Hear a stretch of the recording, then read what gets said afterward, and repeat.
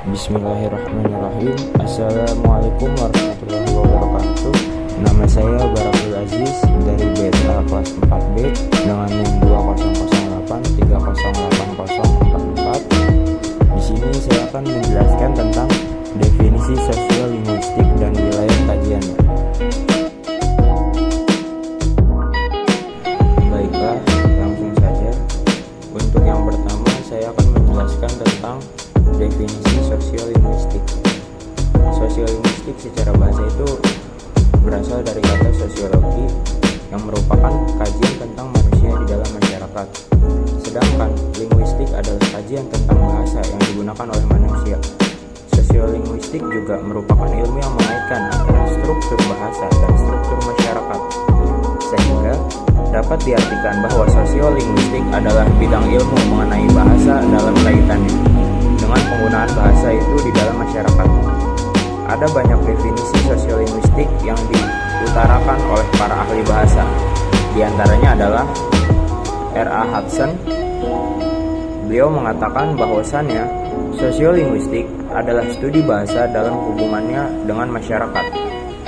Lalu ada juga Peter Trudgill mengatakan bahwasannya sosiolinguistik adalah bagian dari linguistik yang berkaitan dengan bahasa sebagai fenomena sosial dan kebudayaan. Ini menyelidiki bidang bahasa dan masyarakat dan memiliki hubungan dekat dengan ilmu sosial, terutama psikologi, sosial, antropologi, geografi manusia, dan sosiologi. Selanjutnya, karakteristik sosiolinguistik. Menurut Hernandez Campoy, sosiolinguistik memiliki ciri khas, yaitu pertama, sosiolinguistik merupakan cabang ilmu linguistik. 2. Sosiolinguistik adalah ilmu pengetahuan yang mempelajari hubungan antara bahasa dan masyarakat. 3. Sosiolinguistik melihat bahasa dan fenomena sosial dan kebudayaan. 4. Sosiolinguistik mempelajari bahasa dalam konteks sosialnya dan situasi kehidupan nyata dengan penyelidikan empiris. 5. Sosiolinguistik memiliki kaitan dengan metodologi dan materi ilmu sosial. Lalu, yang ketiga, ranah kajian sosiolinguistik. Ruang lingkup sosiolinguistik terbagi menjadi dua macam, yaitu sosiolinguistik mikro dan sosiolinguistik makro.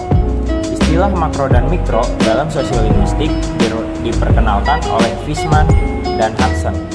Mereka menyebut mikro sebagai istilah yang merujuk ilmu sosiolinguistik, adapun makro adalah sosiologi bahasa. Yang pertama, sosiolinguistik mikro menurut Kolmas.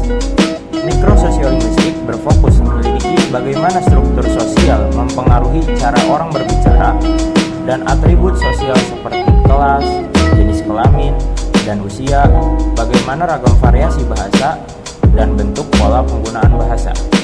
2. Sosiolinguistik makro menurut Kolmas. Makro sosiolinguistik mempelajari apa yang dilakukan masyarakat dengan bahasa mereka, yaitu sikap yang keterikatan yang menjelaskan distribusi fungsional bentuk-bentuk bahasa dalam masyarakat, pergeseran bahasa, pemeliharaan, dan penggantian, pembatasan, dan interaksi komunitas-komunitas bahasa. Lalu, selanjutnya yang keempat, fokus pembahasan dan kajian sosiolinguistik. Nababan mengungkapkan masalah utama yang dibahas dan dikaji dalam sosiolinguistik meliputi 3 hal, yaitu 1. Mengkaji bahasa dalam konteks sosial dan kebudayaan. 2. Menghubungkan faktor-faktor kebahasaan, ciri-ciri dan ragam bahasa dengan situasi serta faktor-faktor sosial dan budaya. 3. Mengkaji fungsi-fungsi sosial dan penggunaan bahasa dalam masyarakat. Lalu, yang terakhir, yang kelima adalah tujuan fokus sosiolinguistik. Para sosiolinguistik memfokuskan diri dalam kajian sosiolinguistik dengan tujuan yang pertama, mempelajari hubungan antara bahasa dan masyarakat sosial. 2. Menjelaskan mengapa manusia berkomunikasi dengan cara berbeda-beda dalam situasi sosial yang berbeda pula. 3.